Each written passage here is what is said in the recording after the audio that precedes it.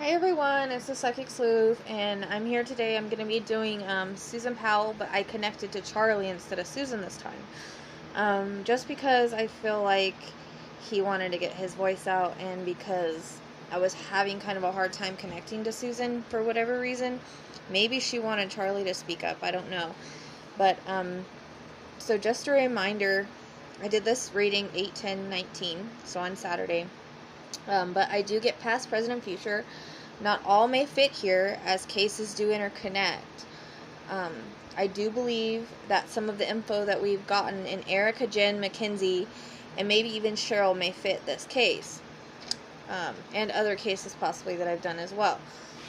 That just seems to be the way that it works. Even if I try for it not to. And usually it happens to do with similarities as the cases or similarities of the area. So Charlie, the name Charlie's been coming in for a while now, at least over a year.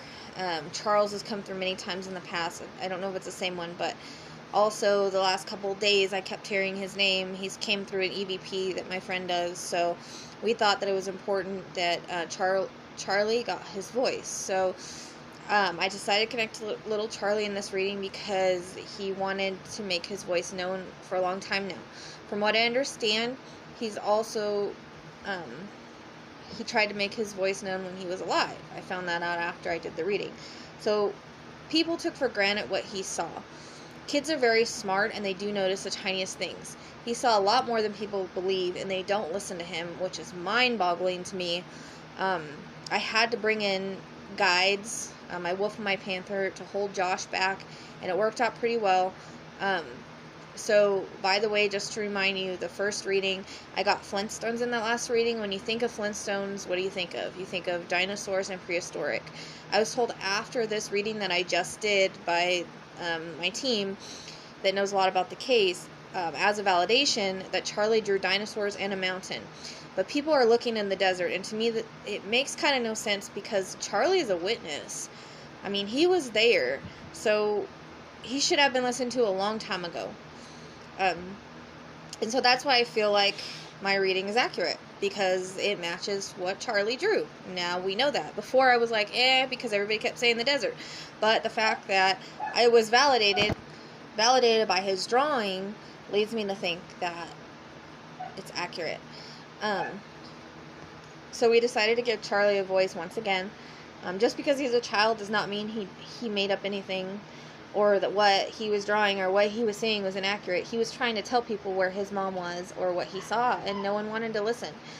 It's mind-boggling to me. But anyways, I also need to mention that I also get things passed along the way, like directions, things that were seen, places that were passed. So, areas that were passed, things that were passed, names that were passed, or that are around the area to validate an area.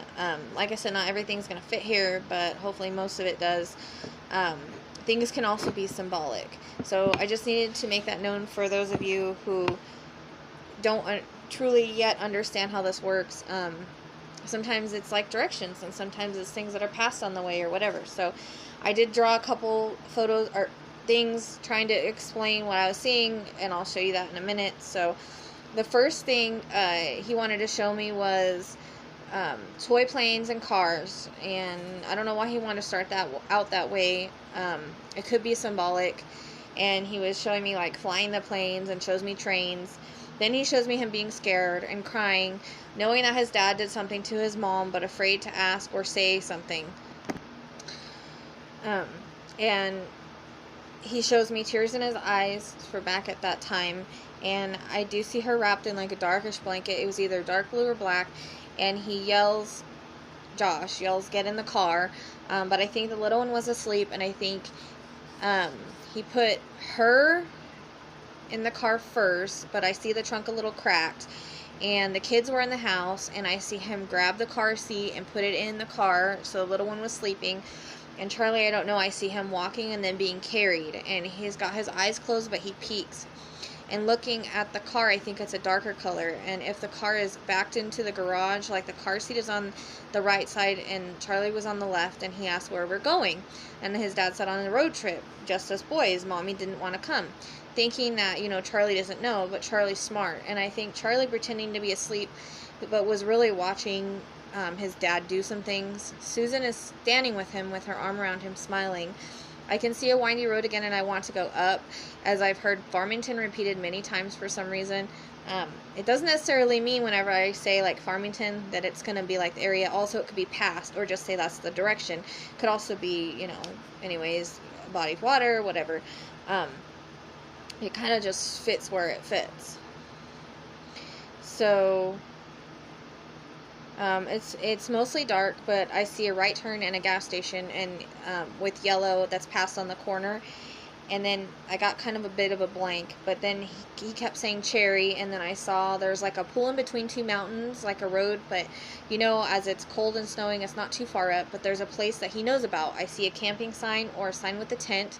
Charlie shows me he keeps pretending to be asleep because I see his dad keep looking back to check, like to see if he's seeing anything, and he will like shut his eyes, Charlie will, and he's paying attention to where they are. And I have a pain in the left side of my head, and I'm trying to get the name of the camping area, but it looks like it's rocky with trees.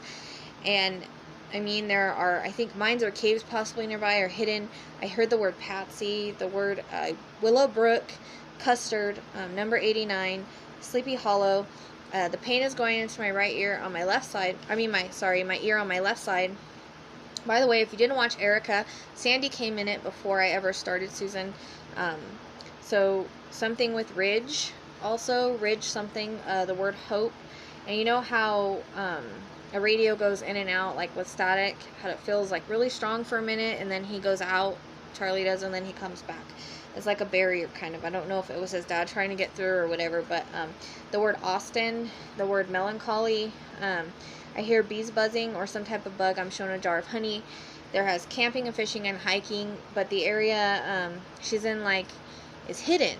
And I think he scoped it out before. It's not like he drove around and found a spot. He knew of it, and he already found the spot. He knew of it from when he was younger. It makes me feel like there's a possible childhood connection to this area.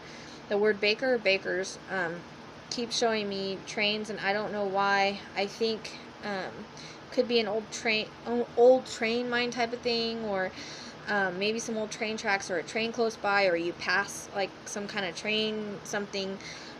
Shows me a crescent moon, and there's a reference to a teddy bear that he's hugging. Also spruce, and he shows me a dragon breathing fire. I hear the word Diablo, and that's been coming in for a long time. I can hear, when tires drive on dirt or ice and snow, and the cracking sound. I can hear that. I can also see that there's a pull-up, and then my eye is itching, sorry. And then after the pull-up, like there's like a little dirt parking lot, and then there's a pathway, and this pathway leads down. I don't know if it's like a mine or a cave, something like that, similar to that, maybe both. I can see walls are shining wet, but that could be symbolic as well. As Charlie was saying, he couldn't bury her because it was ice and snow. The water was kind of frozen, plus worry of her washing up, I think, and then that's kind of like the only place to really put her, and it's familiar. And I think he found it as a kid. Like, I kept getting the word hideaway or a hideaway. So he's breaking it down logically. Charlie was trying to tell me that that's why it's right. And he said he pretended he was asleep, and then he was watching him take her out of the trunk and carry her down the trail. And he had on like snow boots or boots, and I could hear him walk, and I could hear the crunching.